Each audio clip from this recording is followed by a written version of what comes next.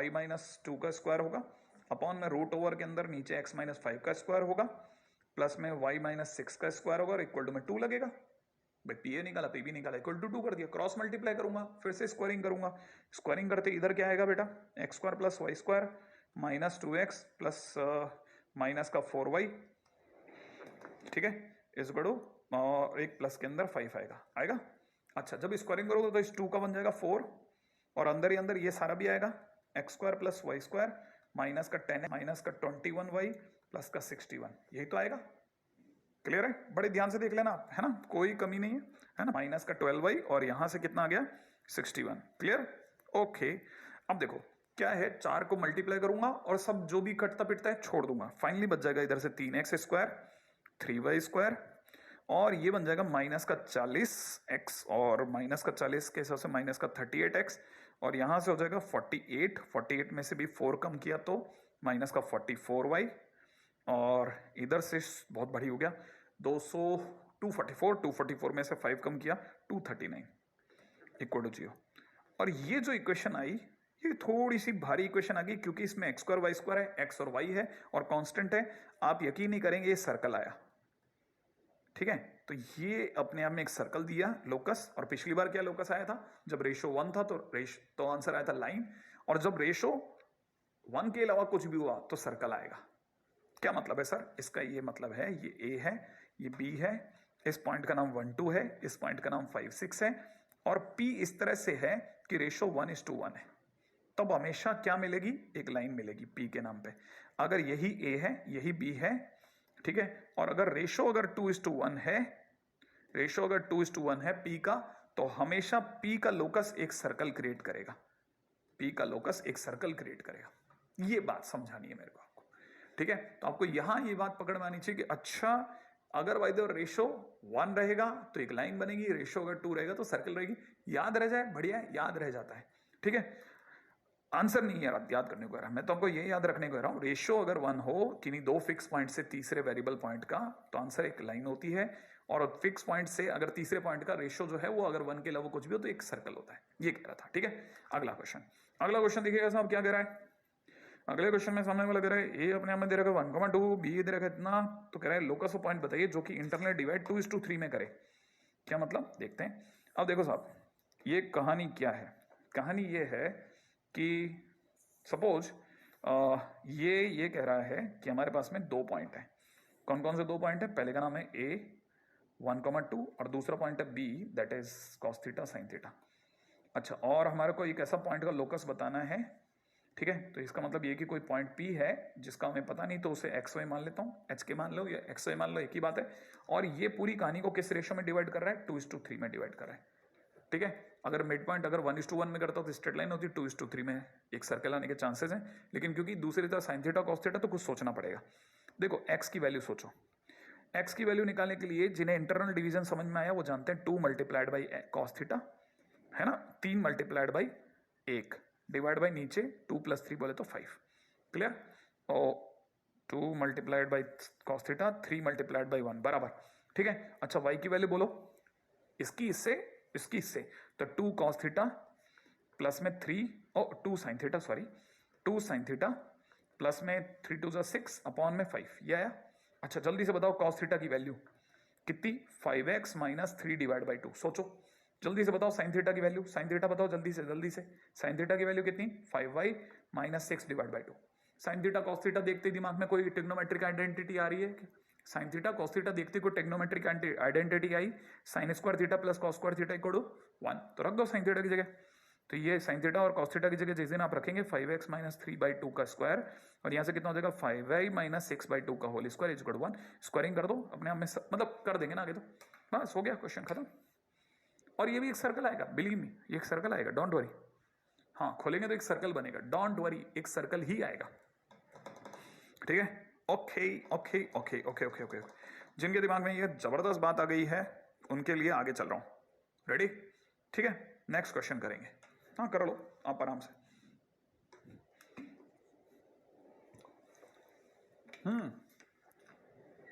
आप में से कई लोगों को ये लोकस के क्वेश्चंस अब थोड़ा थोड़ा क्लिक करने लगेंगे, थोड़ा थोड़ा। मैं आपके साथ बहुत मेहनत करूंगा, चिंता ना करें। क्या क्वेश्चन कहता है? क्वेश्चन नेक्स्ट क्वेश्चन कहता है find the locus of the point whose sum of distance from the two perpendicular lines is 2 units. Okay, अब यहां किस चीज पर नोट करना है वो सुनिए।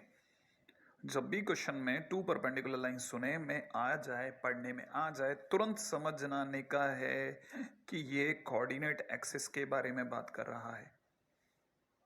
क्लियर है? याद रखना एक बात। दूसरी बात सुनो, दूसरी बात क्या कहता है कि अब देखो क्वेश्चन के अंदर ये कह रहा है दो परपेंडिकुलर लाइंस, माने हमारे दिमाग में एक्स एक्सिस और वाई एक्सिस आया, लोकस ऑफ पॉइंट बोलते ही पी आया, पॉइंट में एक्स और वाई आया।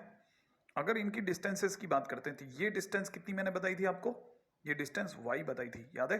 और ये डिस्टेंस कितनी बताई थी मैंने आपको? x बताया था, ये तो पता है ना। अच्छा, अब दोनों परपेंडिकुलर लाइन से डिस्टेंस, तो डिस्टेंस ऑफ p बड़े ही ध्यान से लिखना है। Distance of p from x axis. अगर कोई बोलेगा तो आप सिर्फ y नहीं बोलेंगे, मैंने क्या सिखाया था? मॉड y बोलना।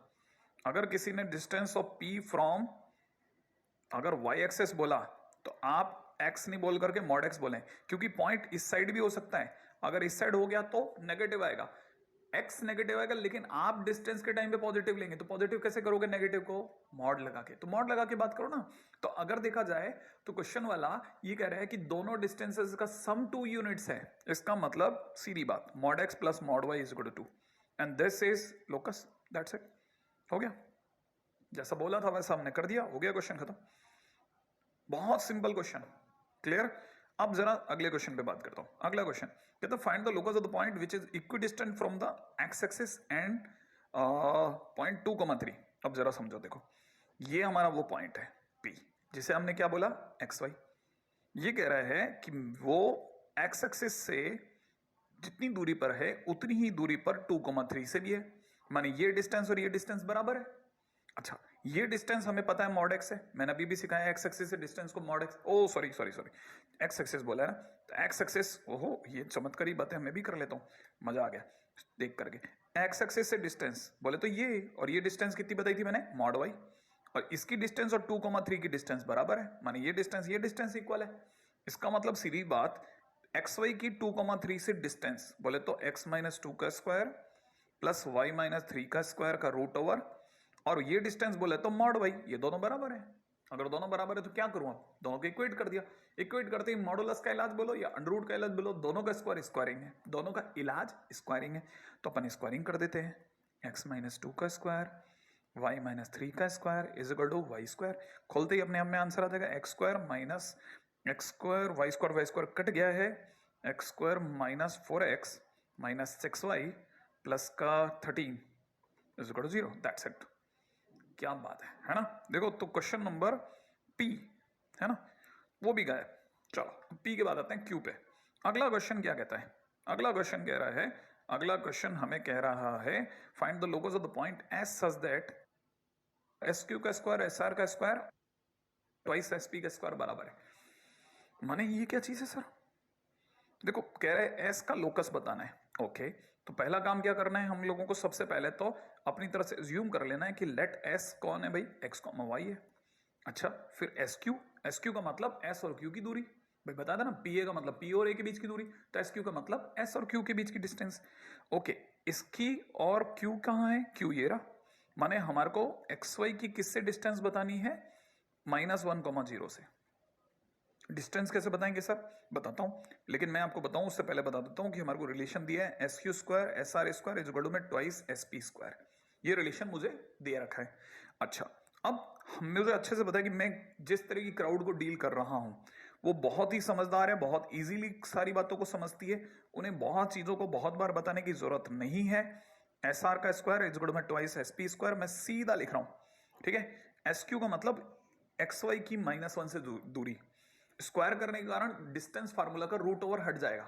अरे याद है ना, एस क्यू मैंने डिस्टेंस फार्मूला लगाऊंगा, डिस्टेंस फार्मूला में रूट ओवर आएगा, लेकिन एस क्यू स्क्वायर करते टाइम पे वो रूट ओवर हट जाएगा। तो अगर मैं इसको हटाता हूं तो ये बन जाएगा x प्लस 1 का स्क्वायर y माइनस 0 का स्क्वायर, ये बन गया एस क्यू का स्क्वायर प्लस। अब आइए एस आर का स्क्वायर जो लिखता हूं, एस आर का मतलब एस और आर के बीच की दूरी, एस एक्स कोमा वाई है, आर 2,0 है, तो इन दोनों के बीच की डिस्टेंस लिख दूं तो x माइनस 2 का स्क्वायर y माइनस 0 का स्क्वायर हटा दें is equal to twice SP का स्क्वायर। एसपी का मतलब एस और पी के बीच की दूरी, माने इन दोनों के बीच का दूरी x-1 का स्क्वायर y-0 का स्क्वायर कर दें। करते ही खोल देते हैं। खोलते ही मेरा दादा ख्याल है आप में से हर एक जना समझ गया। 2 टाइम्स एक्स स्क्वायर आएगा, 2 टाइम्स एक्स स्क्वायर से 2 टाइम्स एक्स स्क्वायर कट गया, 2 टाइम्स वाई स्क्वायर से 2 टाइम्स वाई स्क्वायर भी कट गया। फाइनली इधर से बच रहा है प्लस का 2x, ठीक है, और यहां से बच रहा है माइनस का 4x, और इधर से बच रहा है प्लस का 5, और इधर से बच रहा है माइनस का 4x और प्लस का 4 प्लस का 2, सॉरी, ठीक है। अब अपन सारे सामान को उधर ले चलते हैं, तो 4x से 4x कट गया। फाइनली हमारे पास में x इज इक्वल टू कितना आ रहा है, x इज इक्वल टू -3/2। ये मेरा आंसर आ गया। लो, माने इस रिलेशन को जो मुझे यहां दिया गया, इससे फाइनली मेरा answer x is equal to -3/2 आया है कि नहीं। जबरदस्त सी चीज है। मतलब हमने इसमें कंसेप्चुअली अगर कोई बाय द वे कोई छोटी मोटी अगर कोई कैलकुलेशन एरर कर रखी, वो अगर आप हटा के देखें तो कंसेप्चुअली बहुत सिंपल क्वेश्चन है, ठीक है। बहुत साधारण प्रश्न होते हैं। लोकस के क्वेश्चंस ऐसे ही डराए जाते हैं। मैंने कहा ना, अगर आपको ये ध्यान है कि मुझे हर हालत में 4-5 चीजों को ध्यान में रखना है, पाइथागोरस लगते समय, ट्रिग्नोमेट्रिक आइडेंटिटी लगते समय, एलिमिनेशन के टाइम पे, बस ऐसी छोटी छोटी चीजों को रिकॉल करते चले, ठीक है। मैं आपके सामने जितने क्वेश्चन कर रहा हूं, कर सकता हूं, पूरी ताकत से कर रहा हूं, ताकि आप में से हर एक जना सीखे, ठीक है। ये डरने की चीज नहीं है। अब मैं आपको करा रहा हूं एक मास्टर प्रॉब्लम, ठीक है। आइए मास्टर प्रॉब्लम पे चलते हैं। क्लियर। तो ये मास्टर प्रॉब्लम क्या है, एक्चुअल में क्या है, ये किसी टाइम पे ओलंपियाड वगैरह में आने वाले क्वेश्चंस थे, ठीक है, जो 10th के बाद में 11th में आते स्टूडेंट वगैरह दिया करते थे उस टाइम पे, ठीक है। तो उस तरह के क्वेश्चंस हैं ये। एक्चुअल में क्या लोकस के क्वेश्चंस हैं, लेकिन रॉड के क्वेश्चंस से लोकस के क्वेश्चन बने, ठीक है तो लोकस के क्वेश्चन। अभी फिलहाल मैं इसमें 2 दिखा रहा हूं, 2 और है इसी क्वेश्चन के, 2 और पार्ट है। मैंने 4 पार्ट हैं जो नॉर्मली फेमस हैं। हम पहले उस पर दिमाग लगाते हैं, है ना, ताकि हमें पता रहे कि क्वेश्चन कैसा है। क्वेश्चन क्या कहता है, कहता है एक एल लेंथ की रॉड है, एल लेंथ की रॉड है, वो कोऑर्डिनेट एक्सिस पे स्लाइड कर रही है। अच्छा, यहां इसने बोल दिया कोऑर्डिनेट एक्सिस। अगर बाय द वे किसी ने ऐसा बोला होता कि a rod of length L slides on 2 perpendicular lines, तब भी हम समझ आते हैं कि कोऑर्डिनेट एक्सिस है, ठीक है ना। अच्छा, आगे बोल रहा है such that it end points always lie on x axis and y axis. इसके दोनों एंड पॉइंट्स हमेशा एक्स एक्सिस और वाई एक्सिस से चिपके रहते हैं। कैसे रहते हैं वो विजुअलाइजेशन में बाद में दिखा दूंगा। पहले एक बार मान लेते हैं कि हाँ ये है। अब इसको देख करके जो बेसिक में दिमाग में आ रहा है ना, वो सबसे पहले ड्रॉ कर लिया करो आप, ठीक है। याद रखना, कोऑर्डिनेट ज्योमेट्री में सबसे पहली कोशिश होनी चाहिए डायग्राम की, ठीक है। तो अगर ये एक्स एक्सिस वाई एक्सिस है, तो ये एल लेंथ की रॉड है। इसकी लेंथ कितनी है, कैपिटल एल, ठीक है। ये कहीं तो लग रही होगी एक्स एक्सिस वाई एक्सिस को। एक्स एक्सिस पे मान लेते हैं ये ए पॉइंट पे लग रही है, वाई एक्सिस पे भी मान लेता हूं ये बी पॉइंट पे लग रही है। अच्छा, अब आपको ये भी साथ में ये भी बात सोचनी है कि एक्स एक्सिस पे ये जहां पे भी लग रही होगी, उस पॉइंट के कुछ तो कोऑर्डिनेट होंगे। थोड़ी सी देर के लिए मैं उसे a,0 अज्यूम कर लेता हूं। मतलब मैं यहां लिख देता हूं लेट ए जो है वो a,0 है, एंड बी जो पॉइंट है, क्योंकि वाई एक्सिस पे इसलिए 0,b कह देता हूं, ठीक है ना, इस 0,b। अच्छा, अब बेसिक में चलना, बेसिक, एक भी गलती नहीं होनी चाहिए आपसे, ठीक है। देखो, आपको मैं ये बता करके अच्छा फील करूंगा कि ये लेंथ ए है, क्योंकि a,0 का मतलब ओरिजिन से ये दूरी a है, ठीक है। अच्छा, ये दूरी b है। अब देखो, ट्रायंगल दिखा, राइट एंगल दिखा, ऐसा हो ही नहीं सकता कि आपके दिमाग में इस समय पाइथागोरस नहीं आएगा, है ना। तो हमें यहां से देखते ही पता चलता है कि a² plus b² is equal to l का square. That is coming always, वो आपके दिमाग में आना चाहिए राइट एंगल सुनते ही। अच्छा, अब चलते हैं क्वेश्चन में। अभी तक अपन ने ए क्वेश्चन को हिट भी नहीं किया। फर्स्ट क्वेश्चन नंबर 1 कहता है locus of the mid point of the rod at its every position. किसका लोकस पूछा, मिड पॉइंट का। किसका, मिड पॉइंट का। यहां होता है ना बेटा मिड पॉइंट, तो मिड पॉइंट को एक बार के लिए कुछ p मान लेता हूं। मान लू, मानते इसके पॉइंट को x, y ले लेते हैं, ले तो अपने पास में मिड पॉइंट आ गया x, y, ठीक है। अच्छा, अब क्वेश्चन में दिमाग लगाओ। अगर ये मिड पॉइंट है तो मुझे तो इसका लोकस बताना है। तो आपको अगर भाई जैसे अपन ने अभी तक प्रैक्टिस नहीं किया h और k की, h और k ले लेता हूं तब भी चलेगा। क्लियर है। अच्छा, अब एच के को मेरे को कैसे भी करके इसमें इन्वॉल्व करना है। क्लियर है, मुझे इसमें इन्वॉल्व करना है। कैसे इन्वॉल्व करना है वो सुनो आप, देखो। अच्छा, दूसरी बात, एक और चीज ध्यान रखना, इस क्वेश्चन के अंदर a,0 मेरा माना हुआ है, 0,b भी मैंने माना है। क्वेश्चन ने तो सिर्फ मुझे रॉड की लेंथ l दी थी, माने मुझे कैसे भी करके जो मैंने माना है थोड़ी देर तक मैं क्वेश्चन में लगाऊंगा, यूज करूंगा, फिर मुझे हटाना पड़ेगा। मैं आंसर में ए और बी नहीं लिख सकता।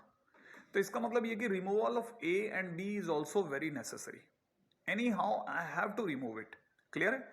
मतलब ये कि मैं ए और बी को कैसे भी करके यूज करूं, जल्दी जल्दी निकलूं और फिर मैं बाद में हटा दूं। अब यहां समझो ये क्या चीज है।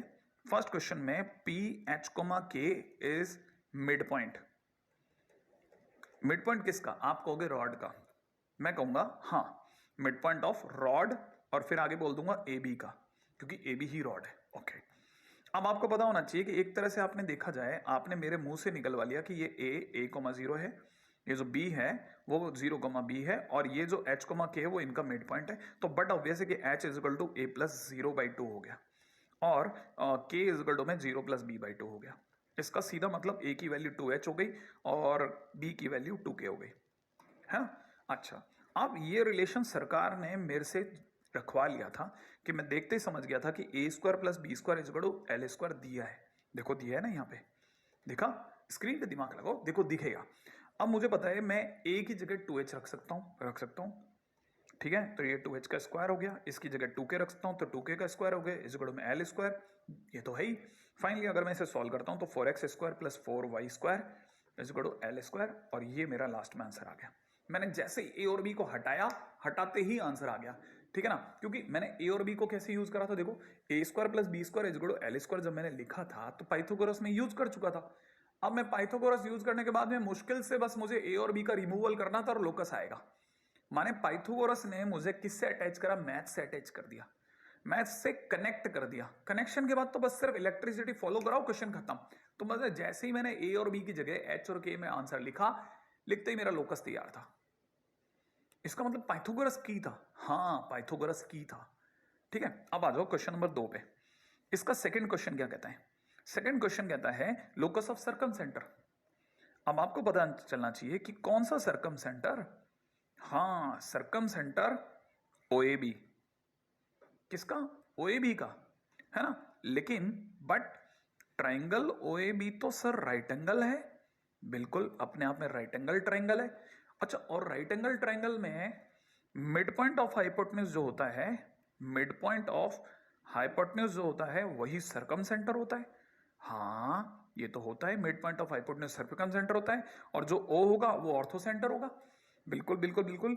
इसका मतलब ये कि सर ने पिछले क्वेश्चन में तो मिड पॉइंट ही तो निकाला था, तो सर्कम सेंटर तो वापस वही हो जाएगा, माने जो पिछला क्वेश्चन है वही दोबारा आ गया।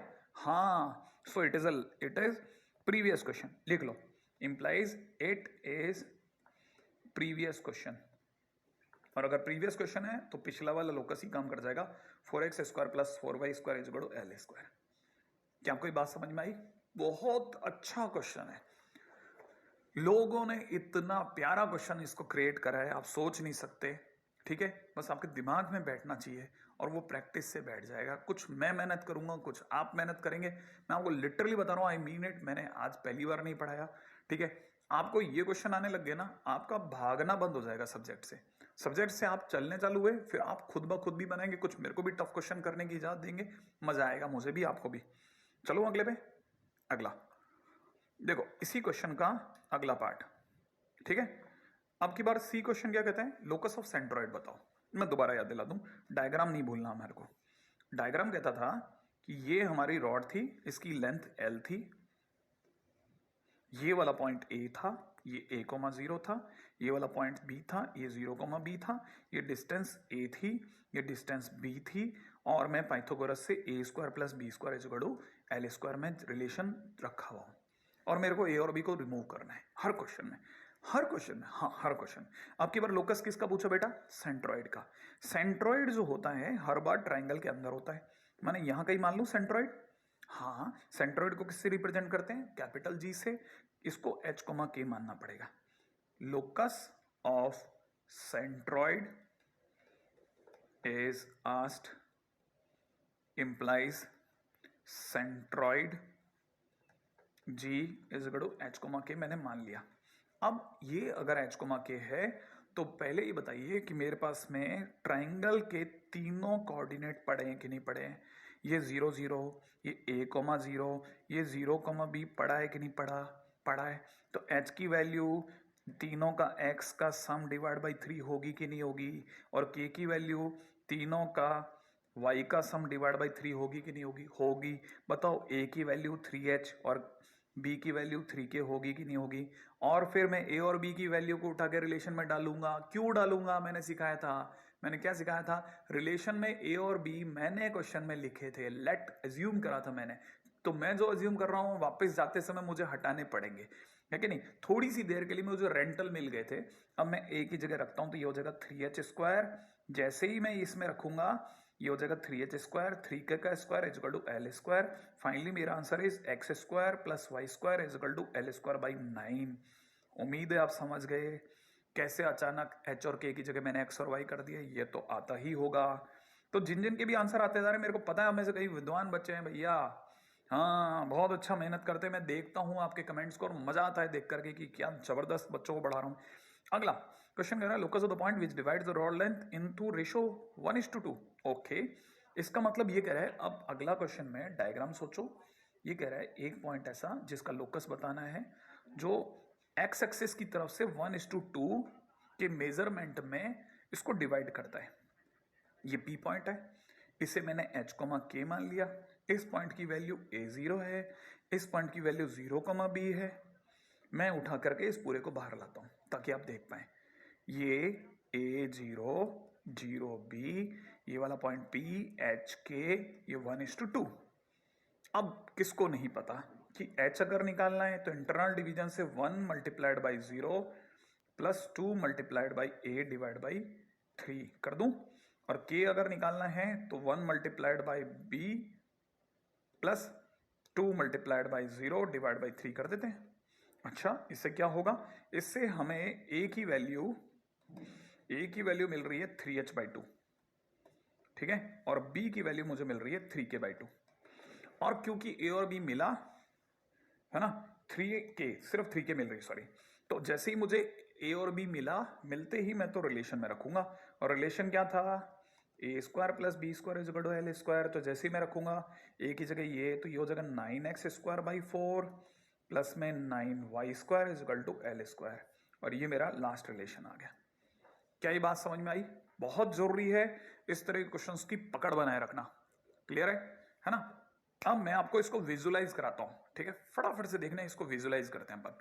क्लियर है, आप कॉपी कर लो आराम से, कोई जल्दी नहीं है। अब ये कहानी क्या है, कैसे सर बार बार सर्किल जैसा आ रहा है, देखते हैं, है ना।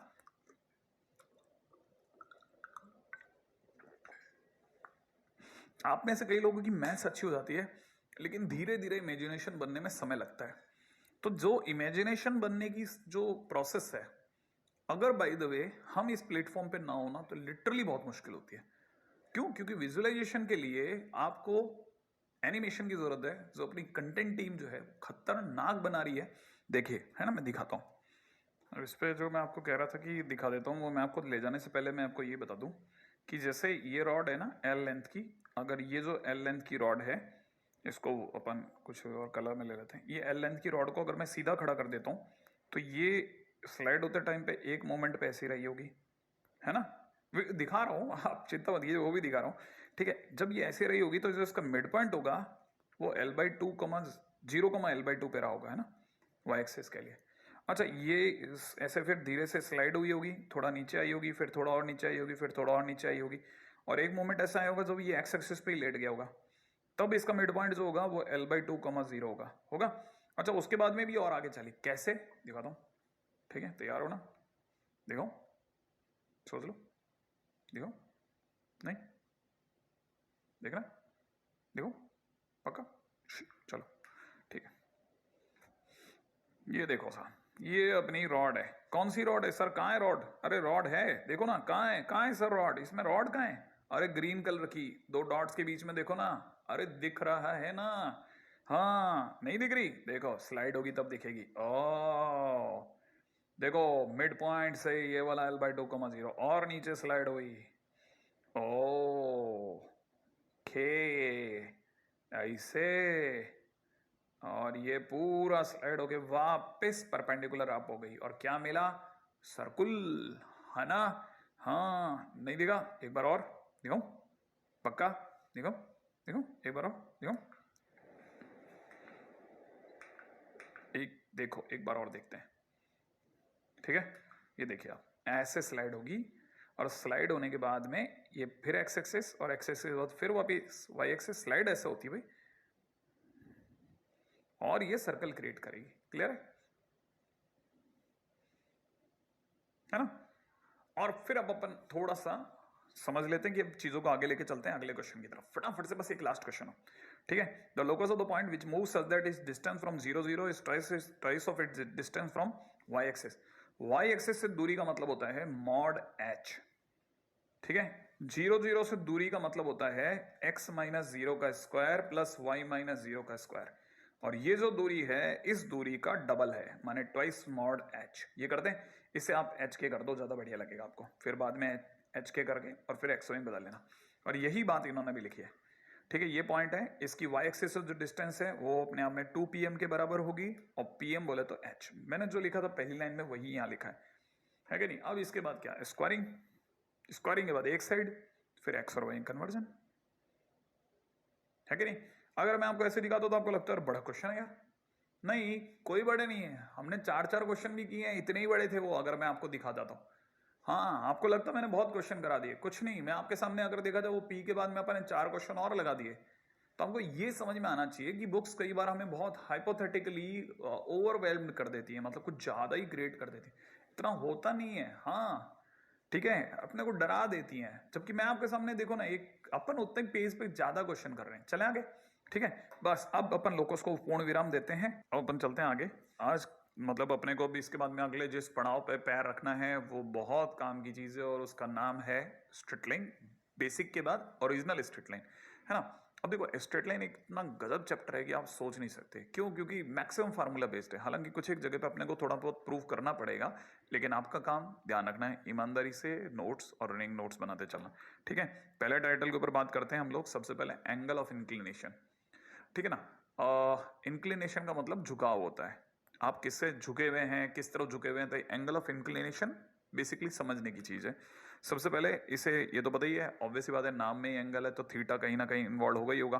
तो angle theta which a line makes with the positive direction of x axis. Theta वो जो एक्स एक्सिस की पॉजिटिव डायरेक्शन से बनता है, भावार्थ ऐसे देखिए, है ना? इस तरह से बनना चाहिए। अब जो लाइन है ना, वो ज्यादा से ज्यादा, मैं दोबारा इस चीज को दिखा रहा हूं, बड़े ध्यान से देखना, ठीक है? मैं जो चीज समझा रहा हूं बहुत ध्यान से देखना। देखो, आपने गौर किया, बस लाइन इसके पीछे नहीं गई, लाइन इसके पीछे नहीं गई, नहीं समझ में है? दोबारा देख लो आप, आपने देखा ये लाइन घूमेगी 180 डिग्री तक जाकर के रुक गई। इसका मतलब ये कि हम किसी भी लाइन के एंगल को 180 से ज्यादा नहीं लेंगे। हाँ, ध्यान रहेगा, हम ज्यादा से ज्यादा थीटा को कहां से कहां में लेंगे? 0 से पाई में लेंगे। क्लियर है? थीटा को 0 से पाई के बीच में ही कहीं लेंगे। इसका मतलब ये कि थीटा के पास में यहां लिख लीजिएगा, first quadrant and second quadrant तक का ही स्पेस रहेगा।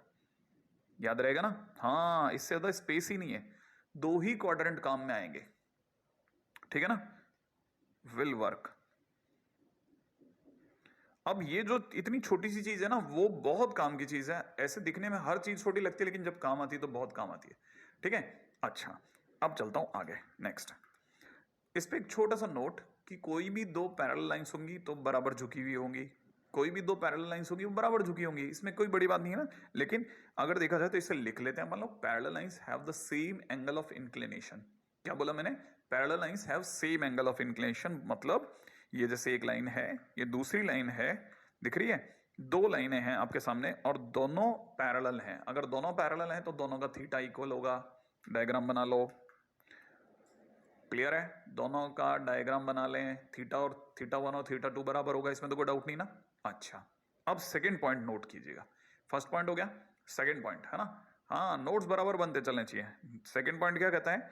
अगर एक्स एक्सिस के पैरेलल लाइन होगी तो थीटा 0 मानना है। एक्स एक्सिस के पैरेलल लाइन का थीटा 0 होता है। क्लियर है? एक्स एक्सिस के पैरेलल लाइन का थीटा क्यों 0 होता है? जैसे ये लाइन एक्स एक्सिस के पैरेलल है, आप देखिए यही लाइन मैं नीचे रखता हूं, क्या एंगल आया? 0। हाँ, आपने एक और बात पे गौर किया था, मैंने आपको जब थीटा बताया था, तो थीटा जो होता है किसी भी लाइन का, वो 0 से स्टार्ट होता है और पाई पे जाकर रुक जाता है, और पाई पे गौर से देखिए इक्वल का साइन नहीं है।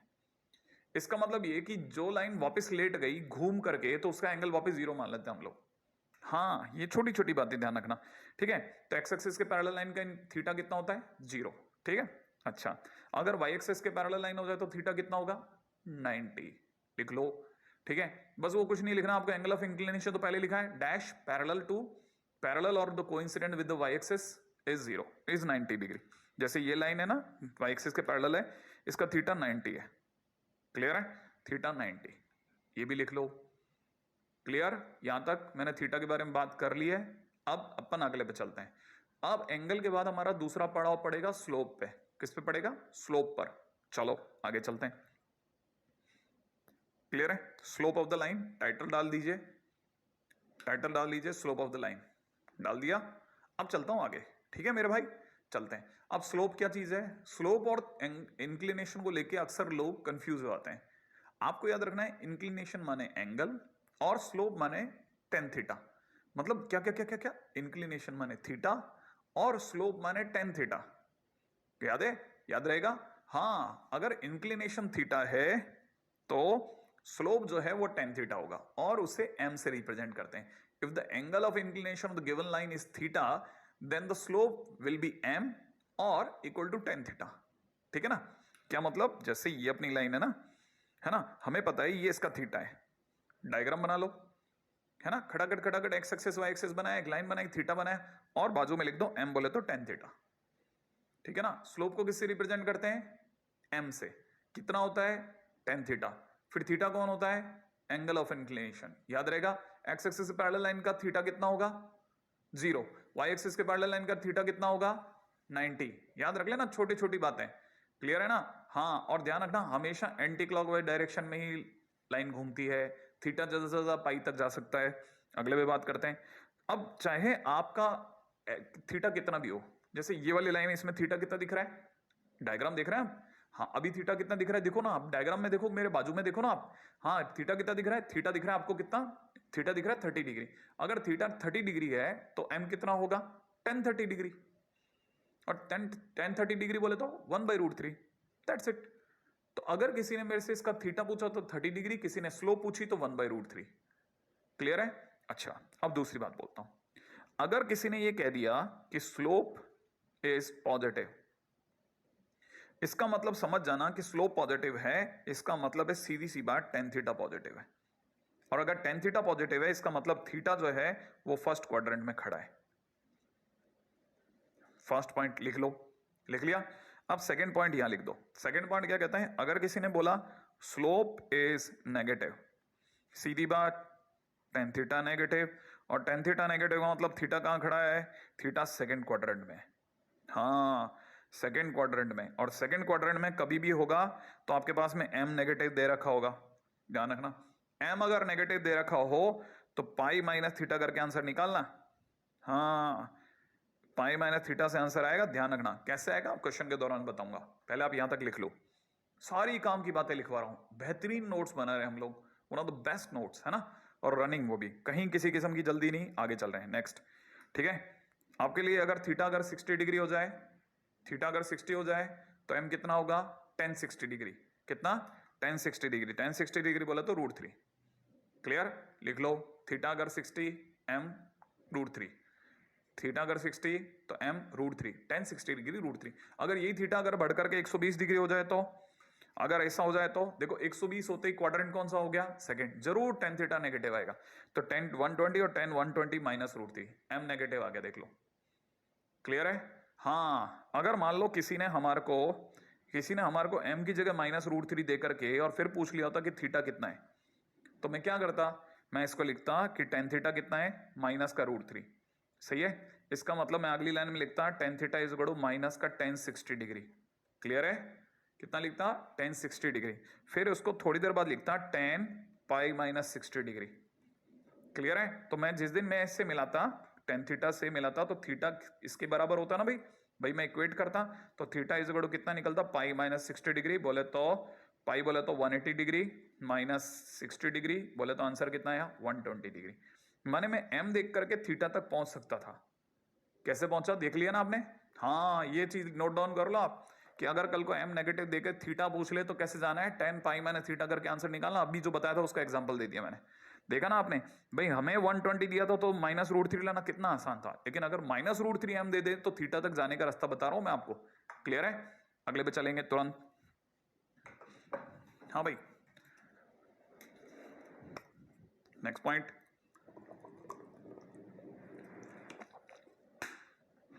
हाँ भाई, नेक्स्ट पॉइंट क्या दे रखा है, स्लोप ऑफ ए लाइन में। अगला नोट, दो पैरेलल लाइंस की स्लोप सेम होती है।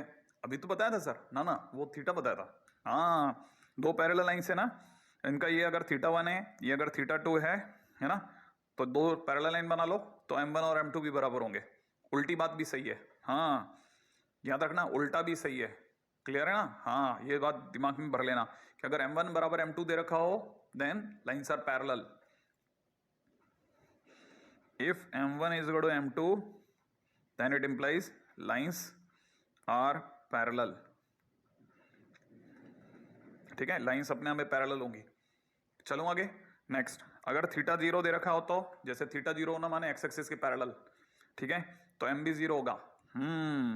थीटा अगर 0 हो तो m भी 0 होगा। अरे 0 क्यों नहीं होगा भाई, m कितना होता है tan थीटा ना, और थीटा की जगह 0 डालूंगा तो tan 0 0 ही तो होगा। सीधी बात, ऐसे भी समझ सकते थे, m इज इक्वल टू में tan 0 degree is equal to 0, that's it, m 0 होता है ना। चलो आगे, नेक्स्ट, अगर थीटा 0 है, x एक्सिस पैरेलल लाइन का m 0 होता है, ठीक है। थीटा अगर फर्स्ट क्वाड्रेंट में है तो m पॉजिटिव होगा, ये मैं बता चुका हूं, ठीक है ना। अगर थीटा फर्स्ट क्वाड्रेंट में है तो m पॉजिटिव होगा। अच्छा, और अगर थीटा एग्जैक्ट π/2 हो जाए तो यहां बड़ा लफड़ा है। अगर बाय द वे लाइन घूम करके 90 डिग्री पहुंच जाए तो m बोले तो कितना निकलेगा, m बोले तो tan π/2 निकलेगा। थीटा की जगह π/2 डाल दूंगा, लेकिन tan π/2 तो होता है इनफाइनाइट, बोलने का नहीं, ऐसी बातें बोलते नहीं है। हाँ, तो इसे क्या बोलते हैं, अनडिफाइंड। हाँ, मन में ध्यान रख रहे हैं, लेकिन बोला क्या था मैंने, ध्यान है ना, इनफाइनाइट। ओके, चलो नेक्स्ट पॉइंट, ठीक है। माने y एक्सिस के पैरेलल लाइन हो ना, तो आप समझ जाना कि m अनडिफाइंड है, बोले तो इनफाइनाइट है। ठीक है, आगे बढ़ता हूं। अगर थीटा सेकंड क्वाड्रेंट में, लाइन अगर सेकंड क्वाड्रेंट में है तो सेकंड क्वाड्रेंट में tan थीटा कितना होता है, सेकंड क्वाड्रेंट में tan थीटा कितना होता है, नेगेटिव। क्लियर है? जैसे लाइन अपनी घूम के सेकंड क्वाड्रेंट में पहुंच जाए तो देखते ही समझ जाना m नेगेटिव है भाई।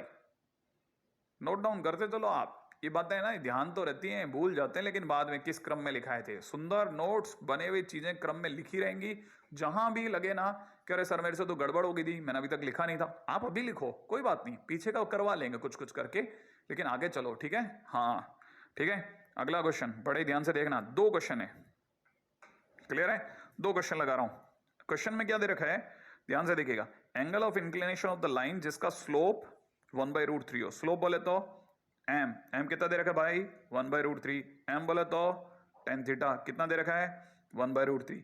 tan थीटा अगर पॉजिटिव तो लफड़ा नहीं है, 1/√3 बोले तो tan π/6, tan π/6, समझ में आया। अब अपन मिला सकते हैं ना, थीटा की जगह कितना आया, π/6, और थीटा बोले तो angle of inclination, angle of inclination, खटाखट चल लो, इसमें कोई लंबी वाली बात नहीं।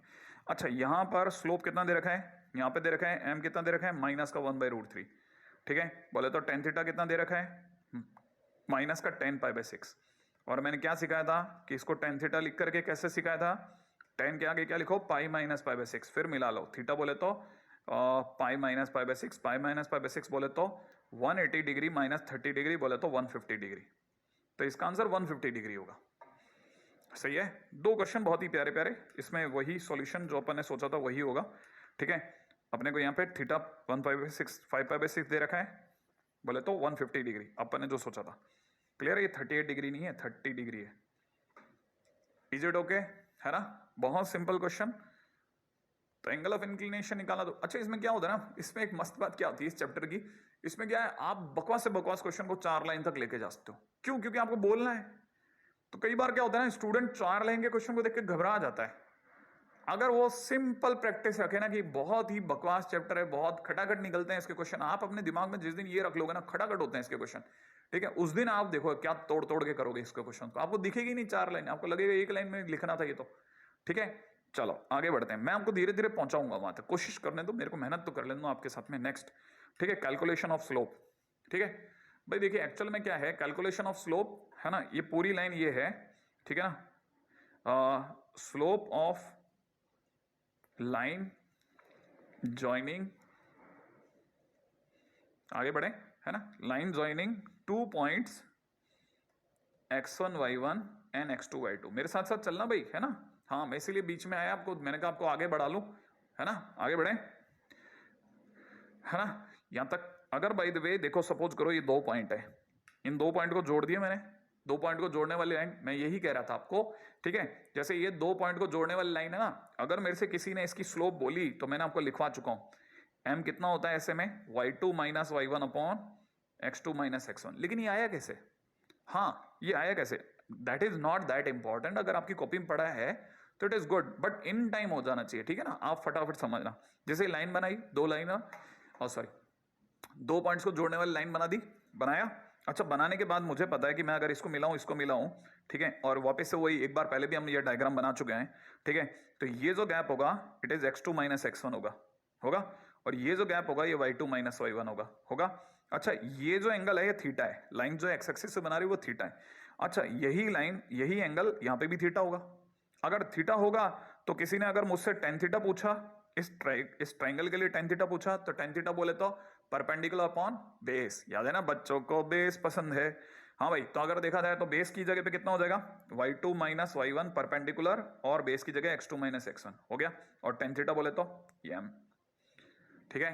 अब यही बात अपन थोड़ा डायग्रामेटिकली समझते हैं, ठीक है, मतलब मेरी खूबसूरत राइटिंग को हटा लेता हूं, ठीक है, और बुकिश राइटिंग को सामने ले आता हूं, सही है, ये गैप x2 माइनस x1, ये वाला गैप y2 माइनस y1, ठीक है, अब वही थीटा प्रकट हो गया, और थीटा के प्रकट होते हमने किस पे दिमाग लगाया, ट्राइंगल में थीटा थे तो टेन थीटा बोले तो परपेंडिकुलर अपॉन बेस, मतलब उसी को अपन ने 4 लाइन में लिखा है, लेकिन हम जब अब समझते हैं तो हमारे में बहुत क्लियर समझ में आता है, अरे ट्राइंगल का टेन थीटा लिया होगा सर ने p बाई बी लगा के, ठीक है, तो M is गड़ू y2 minus y1, अच्छा यहां पे ध्यान रखना अगर इसमें माइनस कॉमा ले तो y1 माइनस y2 भी बोल सकते हैं, समझ लेना, है ना, लेकिन याद ऐसे रखते हैं ना, y2 माइनस y1। नेक्स्ट पे चले, क्लियर, क्वेश्चन क्या कहता है, slope of the line joining, अब देखो जैसे 2 पॉइंट को मिलाने वाली लाइन की स्लोप बतानी है, तो ये x1 है बेटा, ये y1 है, मिलाना तो आता है, ये x2 y2 मिलाना आता है, मिला लो, मिलाने के बाद अगर मैं कहता हूं m बताओ कितना होगा, तो आप फार्मूला बोलो, y2 minus y1 upon x2 minus x1, y2 की जगह -3 माइनस y1 की जगह -2, है ना, x की जगह पर 0, x2 की जगह 0, माइनस x1 की जगह 2, तो ऊपर बन रहा है -5, नीचे बन रहा है -2, तो आंसर विल बी 5/2, ठीक है। Oh slope of the line joining this, मेरे से क्या गलती होगी, ओहो चमत्कार मचाया मैंने यहाँ पे 1 का, क्लियर है, ओहो इतनी प्यारी प्यारी प्यारी भूले करता हूं ना मैं, अच्छा लगता है, खैर ठीक है, तो आंसर विल बी 2, ठीक है, करेक्ट करते ही, अच्छा ऑप्शन नहीं दिया होता तो मैं मर ही जाता, है ना, लेकिन नहीं, मेरे को आप मरने थोड़ी नहीं दोगे, है कि नहीं, यही काम इन्होंने किया होगा, ये x1 y1, फिर फार्मूला लगाया, फार्मूले के अंदर भरा, y2 की जगह y2, y1 की जगह y1, x2 की जगह x2, y2 की जगह x1 की जगह x1 भर दिया, धड़ाधड़ काटा बूटा मचाया, m आ गया, कितना सिंपल है ना।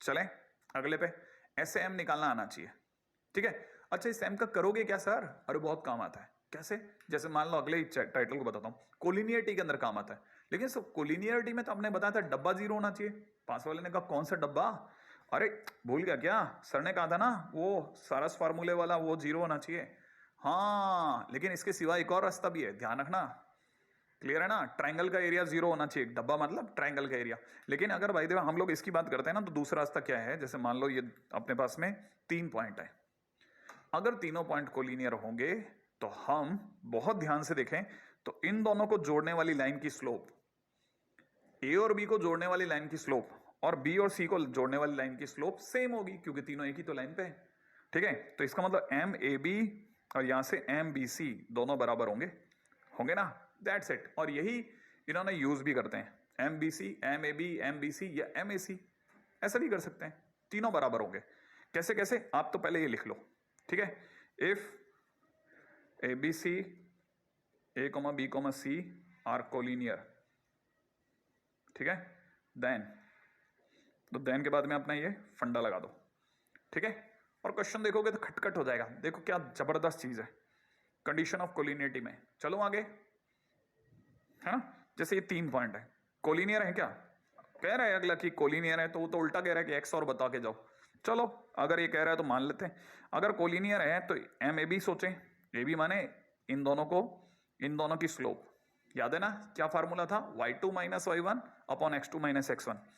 देखो भैया ये y1 है ये y2 है, तो y2 माइनस y1 बोले तो 1 माइनस 3, ये x1 है ये x2 है, x2 माइनस x1 बोले तो 1 माइनस 2, बोले तो ऊपर से -2 नीचे से -1, तो m कितना आ गया, एम ए बी की वैल्यू आ गई 2। अच्छा अब अपन निकालते हैं एक एम बी सी, याद है ना M A B M B C मिला लेंगे। BC बोलते ही क्या होगा, BC बोलते ही ये x1 y1 का रोल निभाने लग जाएगा और ये x2 y2 का, क्योंकि मैं B और C को जोड़ रहा हूं, तो ये x पहला वाला x1 y1 दूसरा वाला x2 y2 बन जाए। अब कई बच्चों के दिमाग में सर अगर मैं उससे x1 y1 और इसे x2 y2 बोलूं तो तब भी सही जाएगा, डोंट वरी। क्या करना है, क्या y2 माइनस y1 बोले तो 3x minus 1, y2 minus y1 पर 3x माइनस 1, ध्यान से। अच्छा x2 माइनस x1 बोले तो x माइनस 1, और दोनों बराबर हैं, तो मैं यहां से क्या करूंगा 3x minus 1 upon x minus 1 is equal to 2 कर दूंगा, क्रॉस मल्टीप्लाई करते 3x minus 1 is equal to 2x minus 2 होगा, सॉल्व करते ही x इज इक्वल टू में -1, आंसर आ गया है क्या आंसर, आंसर भी है, ठीक है। और यही मैंने अपनी खूबसूरत रेटिंग के सिवा भी लिखवाया है, मैंने दोनों की स्लोप निकलवाई और इक्वेट कर दी है फार्मूला लगाते हुए, ठीक है ना, और x की वैल्यू -1 आ गई, सीधी बात। और सर वो डब्बे से भी हो जाता, हाँ डब्बे से भी हो जाता है कि नहीं। चलो बस फटाफट से एक लास्ट पॉइंट पे खड़ाखट डिस्कशन कर लेते हैं, ठीक है, बस जाने का टाइम हो रहा है मेरा भी। अगला पॉइंट बहुत इंपॉर्टेंट है, that is angle between two lines. दो लाइंस के बीच का एंगल का अगर हम लोग चर्चा करें ना, तो दो लाइंस के बीच में एंगल जो होता है थीटा, अगर मान लें हम लोग ये जैसे दो लाइन है, अगर इनके बीच का एंगल माना जाए तो एंगल थीटा भी होता है और पाई माइनस थीटा दोनों ही माने जाते हैं, ठीक है ना, ध्यान रखना। तो नॉर्मली सर किसे निकालते हैं, नॉर्मली एक्यूट एंगल को निकालते हैं, टेन थीटा को। अच्छा सर कैसे पता चलता है एक्यूट एंगल है, हम क्या करते हैं हमारा जो भी आंसर आता है उसे मॉडुलस में ले लेते हैं। उससे क्या होता है सर, अगर मॉडुलस में ले लेंगे तो m पॉजिटिव आएगा। अच्छा उससे क्या होगा सर, अगर m पॉजिटिव आएगा तो टेन थीटा पॉजिटिव आएगा, tan theta positive first quadrant में ले आएगा, फर्स्ट क्वाड्रेंट के अंदर बोले तो 0 से 90 में, और 0 से 90 में एक्यूट हो जाएगा। आया नहीं आया, कोई बात, देखो एक्चुअली मैं फार्मूला बता दूं तुम, है ना, जैसे मान लो यही मैं आपको ये आया कैसे वो समझाता हूं, क्लियर है। अच्छा ये जो एंगल है इसे θ1 बोल लेता हूं, ये जो एंगल है इसे θ2 बोल देता हूं, और सिर्फ इस ट्रायंगल पे नजर रखता हूं, दिख रहा है आपको, हाँ इस ट्रायंगल पे मैं नजर रखता हूं। अगर मैं इस ट्रायंगल पे नजर रखता हूं तो ये एक्सटीरियर एंगल है, दिख रहा है आपको, हाँ ये एक्सटीरियर एंगल है, और ये दोनों इंटीरियर एंगल है, हाँ या ना। और आपको तो पता होगा exterior angle is equal to sum of interior angle होता है ना। तो अगर देखा जाए तो θ1 इज इक्वल टू में थीटा प्लस θ2 होगा, इसका मतलब थीटा बराबर में θ1 माइनस θ2 होगा। तो दोनों तरफ टेन पहना देता हूं, टेन बनाते ही यहाँ पे टेन θ1 माइनस θ2 हो जाएगा। और इसे सॉल्व करोगे तो जिनको tan a माइनस बी का फार्मूला पता है वो जानते हैं tan θ1 tan θ2 upon 1 plus tan θ1 tan θ2, ऐसा कर सकता हूं। और इसकी जगह पे m1 लिख देते हैं, पास वाले की जगह m2, नीचे 1 प्लस m1 m2, सही है। और tan थीटा हमारे को दोनों के बीच का एंगल दे ही जाएगा। आया, तो यही काम हम इधर भी कर रहे हैं, थोड़ा मैं सफाई कर देता हूं, ठीक है। याद रखना ये एक्सटीरियर एंगल है, हाँ, और ये जो पास वाला है ये दोनों इंटीरियर हैं, ठीक है। और वापस बता दूं, है कि नहीं, यहां पर m जो है m1 जो है वो tan θ1 है, और m2 जो है वो tan θ2 है, और अपन ने दोनों को, अपने को पता है बाहर का एंगल जो है वो इन दोनों का सम होगा, तो थीटा बराबर में θ1 माइनस θ2 होगा, ठीक है। और यही चीज इन्होंने भी करी है, टेन लगाया, फार्मूला लगाया, इसकी जगह tan θ1 भर दिया, m1 भर दिया, इसकी जगह m2 भर दिया। और एक्यूट एंगल चाहिए हो तो हम लोग मॉडुलस लगा लेते हैं, क्लियर है। एक्यूट एंगल चाहिए हो तो मॉडुलस लगा लेते हैं, अदरवाइज नहीं लगाते। नॉर्मली अपने को क्या दिमाग में बढ़ जाता है कि मॉडुलस लगाया, वो एक्यूट एंगल के लिए लगाया, ठीक है ना। हाँ ध्यान रख लेना ये छोटी छोटी चीजें। हाँ भाई, तो ये तो हुआ एंगल बिटवीन टू लाइंस। इस पे दो प्यारे प्यारे केसेस हैं, उन्हें भी समझ लेते हैं। वो क्या है, वही दो लाइनें अगर पैरेलल हो और दो लाइनें अगर परपेंडिकुलर हो, ठीक है, ध्यान रखना। अगले नोट्स के अगली स्लाइड में लिख लें, अगले उस पेज पे लिख लें क्या कि अगर भाई तो दो लाइनें अगर पैरेलल होंगी तो ऑब्वियस सी बात है दोनों के थीटा सेम होंगे, दोनों के थीटा सेम होंगे, ठीक है। तो इसका मतलब ये कि उनका m1 और m2 इक्वल होगा, ठीक है, m1 और m2 इक्वल होगा। अरे जो सामने आ रहा है उसमें आपका थीटा 0 दिख रहा है, लेकिन मैंने क्या बोला, दो लाइनें पैरेलल होंगी तो उनके थीटा सेम होंगे तो m1 m2 इक्वल होगा। एक ही बात है, आप इससे जाना चाहें तो इससे जाएं, अदरवाइज दूसरा तरीका क्या है, अगर दो लाइनें पैरेलल हैं तो पैरेलल लाइंस के बीच का एंगल 0 होगा, तो इसलिए इन लोगों ने थीटा 0 लिया है दोनों लाइंस के बीच का। तो टेन थीटा भी 0 होगा, टेन थीटा अगर 0 होगा तो इसके सामने 0 करने पर ये 0 में चला जाएगा, m1 m2 बराबर आ जाएंगे, ठीक है। अच्छा, यही अगर भाई दो लाइनें अगर परपेंडिकुलर हो जाए तो थीटा 90 हो जाएगा। थीटा 90 होते ही हमें पता है बहुत अच्छे से कि अपना जो टेन थीटा होगा, ठीक है ना, हाँ टेन थीटा अपने आप में बड़े ध्यान से सोचना, अब टेन थीटा जो है वो अनडिफाइंड हो जाएगा, और अनडिफाइंड बोले तो इनफाइनाइट, ठीक है। और इनफाइनाइट को ओहो हो क्या बोल गया है कि नहीं, शिव शिव। अच्छा अब यहां समझो, अगर भाई देखा जाए तो अनडिफाइंड हो जाएगा, और अनडिफाइंड होने पर उसे सामने से 1/0 लिखेंगे, समझ गए हो ना आप, हाँ। अगर भाई तो ऐसा हो जाएगा तो क्रॉस मल्टीप्लाई करते हैं इसको और इसको, अगर हमने ऐसा कर दिया तो क्या होगा, 1 + m1 m2 इसमें मिल जाएगा और ये 0 में मिल जाएगा, तो m1 m2 बराबर -1 हो जाएगा, है कि नहीं, ऐसा। और इसे हम लोग ऐसा बोलने की बजाय ऐसा बोलते हैं cot थीटा 0 हो गया। अरे टेन थीटा होगा तो अनडिफाइंड होगा तो cot थीटा 0 होगा, समझ रहे हैं ना, हाँ। तो ये दो और केसेस हैं जो ध्यान में रखना, क्लियर है। अच्छा अब नेक्स्ट पॉइंट के ऊपर बात करता हूं, अगला इंटरसेप्ट ऑफ ए लाइन। क्या चीज है सर ये, एक्चुअल में क्या है, कोई भी लाइन जो है वो एक्स एक्सिस और वाई एक्सिस कहीं तो काटती होगी ना, कहीं तो काटती होगी, जहां पे भी काटती होगी उसे ए और बी मान लेते हैं अपन। जैसे अगर मान लो ये लाइन है, इसने ए और बी पे कट किया, दिख गया, तो ए और बी पे कट किया तो ओरिजिन और ए के बीच में कुछ तो दूरी होती होगी ना, हाँ ऑब्वियस बात है, ये दिख रहा है ना, ओरिजिन और ए के बीच की दूरी ओ ए। अच्छा, ओरिजिन और जहां भी लाइन कट मारेगी वो दूरी ओ ए है, और वही दूरी एक्स इंटरसेप्ट कहलाएगी। क्या कहलाएगी, एक्स इंटरसेप्ट, क्लियर है, ये दूरी एक्स इंटरसेप्ट कहलाएगी। अच्छा वैसे ही कोई ना कोई लाइन तो कहीं, मतलब लाइन कहीं तो वाई एक्सिस को कट करेगी ना। अगर बाय द वे लाइन ने x axis sorry y axis को बी पे कट किया तो ओरिजिन की बी से जो गैप होगा ना, जो दूरी होगी, वो एक्चुअल में वाई इंटरसेप्ट कहलाएगा, क्लियर है। अच्छा अब यहां समझो एक और बात, ठीक है, छोटी छोटी बातें सिखाता हूं, नोट्स में अगली लाइन में लिखिएगा। जैसे मान लीजिए ये है, डायग्राम बन गया। अच्छा इसमें एक्स एक्सिस को पॉजिटिव पे कट किया है और वाई एक्सिस को ओरिजिन के नीचे कहीं कट किया है। अगर लाइन ओरिजिन के नीचे कट करेगी तो ये y इंटरसेप्ट नेगेटिव कहलाएगा, तो लिख लीजिएगा y इंटरसेप्ट नेगेटिव, क्लियर है।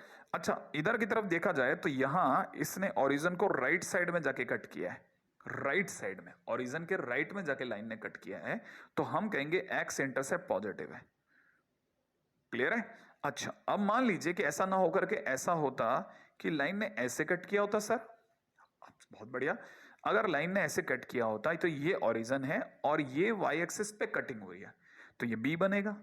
अच्छा ये एक्स एक्सिस पे कटिंग हुई तो ये ए बनेगा। अब की बार ए जो है वो ओरिजिन के लेफ्ट में है, दिख रहा है सामने से, है कि नहीं। अब यहां पे ये ओरिजिन के क्योंकि लेफ्ट में है इसलिए एक्स इंटरसेप्ट जो होगा वो नेगेटिव होगा। एक्स एक्सिस में याद है ना, ओरिजिन के लेफ्ट वाली चीजें नेगेटिव होती हैं, जबकि ये नीचे है तो वाई एक्स इंटरसेप्ट भी ओरिजिन के नीचे होने की वजह से इंटरसेप्ट वाई इंटरसेप्ट भी नेगेटिव होगा। अच्छा ये ना होकर के अगर बाई चांस सर लाइन बीच में से गुजर जाती तो, हाँ तब हम कहते हैं एक्स इंटरसेप्ट भी 0 वाई इंटरसेप्ट भी 0 क्योंकि कटिंग ओरिजिन पे होगी। इसका मतलब क्या, intercept can be negative, positive और 0।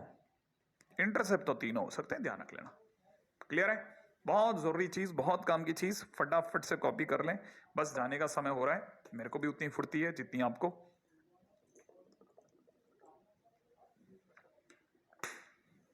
देखिए अगली बात, स्टैंडर्ड लाइंस इक्वेशन में जो हमारे लिए सबसे ज्यादा काम की चीज है वो है, जिसके ऊपर हमारे को बात करनी चाहिए, वो है, बड़े ध्यान से समझना, है ना, lines parallel to x axis.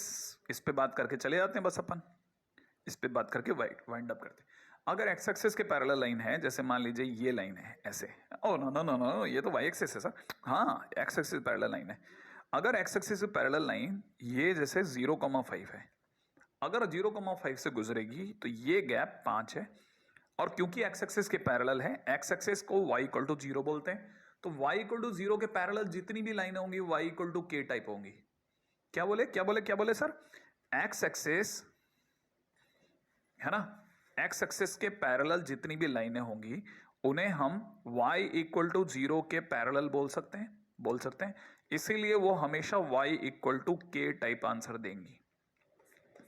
अच्छा, तो आपके हिसाब से सर अगर by the way x axis के पैरेलल अगर कोई भी लाइन होगी, ठीक है, तो एक्स वाई एक्सिस के पैरेलल अगर कोई भी लाइन होगी तो वाई एक्सिस का मतलब एक्स इज इक्वल टू 0 होगा, और उसके पैरेलल मानेंगे तो इसका मतलब आप उसे x is equal to k type बोलेंगे? बिल्कुल बोलेंगे नहीं, बोलते हैं। कहने का मतलब ये लाइन अगर y इक्वल टू 0 के पैरेलल है और 0,5 से गुजरी तो हम इसे y इक्वल टू 5 बोलेंगे। अच्छा, इसका मतलब ये कि यही लाइन अगर 0,-10 से गुजरती तो आप इसे y इक्वल टू -10 बोलते? हाँ। अच्छा, और एक और बात बताता हूं, जब भी एक्स एक्सिस के पैरेलल लाइन होती है ना, एक्स एक्सिस के पैरेलल लाइन का y नहीं बदलता। क्या मतलब है सर इसका? इसका मतलब ये है कि जैसे ये लाइन अपना एक्स एक्सिस वाई एक्सिस है, अपन बनाते हैं लाइन, अपन ने मान लो ये लाइन बनाई, ये लाइन आपने कहा 0,7 से गुजरी, तो गारंटेड है कहीं ना कहीं इस पे 4,7 भी होगा, इस लाइन पे कहीं ना कहीं 13,7 भी आएगा, क्योंकि y नहीं बदलेगा। अच्छा, तो आप सर उल्टा क्वेश्चन नहीं बना सकते हमारे लिए? मैंने कहा कैसे? कि अगर बाय द वे कोई लाइन एक्स एक्सिस के पैरेलल है, एक्स एक्सिस के पैरेलल है ना, if some line is parallel to x axis and passing through 5,4, then equation of line क्या होगी? तो मैं समझ जाऊंगा 5,4 यहां पे मिलेगा। एक्स एक्सिस के पैरेलल लाइन ऐसे जाती हुई दिखेगी। अगर दिखेगी तो गारंटेड है कि ये पॉइंट 5,4 है, तो ये 0,4 होगा, और 0,4 होते ही मैं y इक्वल टू 4 का दूंगा। अच्छा, तो 5,4 में से गुजरने वाली लाइन y एक्स एक्सिस के पैरेलल तो y इक्वल टू 4 होगी, और अगर बाय द वे यही अगर 7,-6 से गुजरती तो मैंने कहा तब y इक्वल टू -6 होती। देखती, हाँ। और बस इसी बात को यहां पे भी समझें, अगर कोई भी लाइन अगर by the way y axis के पैरेलल है तो वो x equal to k type होगी। जैसे अगर मान लीजिए 3 दूरी पे कोई भी लाइन गुजरेगी तो x इक्वल टू 3 कहलाएगी, और अगर इधर से गुजर जाती तो ये x इक्वल टू -4 कहलाती, अगर ये वाला पॉइंट -4,0 होता और ये वाला पॉइंट अगर 3,0 होता तो ऐसे होती। ठीक है, बस इससे ज्यादा अपन अब इसको खींचेंगे नहीं, फटाफट से जाने का समय। ठीक है, बस आपसे अलविदा कहने का बेहतरीन समय है, और वही अपना संदेश बहुत ही काम का, हर बार बोलूंगा, मैंने पहले भी बोला था, बहुत ध्यान से अपने घर के सभी बुजुर्गों का ख्याल रखें, उनसे सम्मान पाएं, उनका सम्मान करें, और घर के भाई बहनों से हिंसा से दूर रहें, नोकझोंक चलती रहती है। ठीक है, बाकी जय।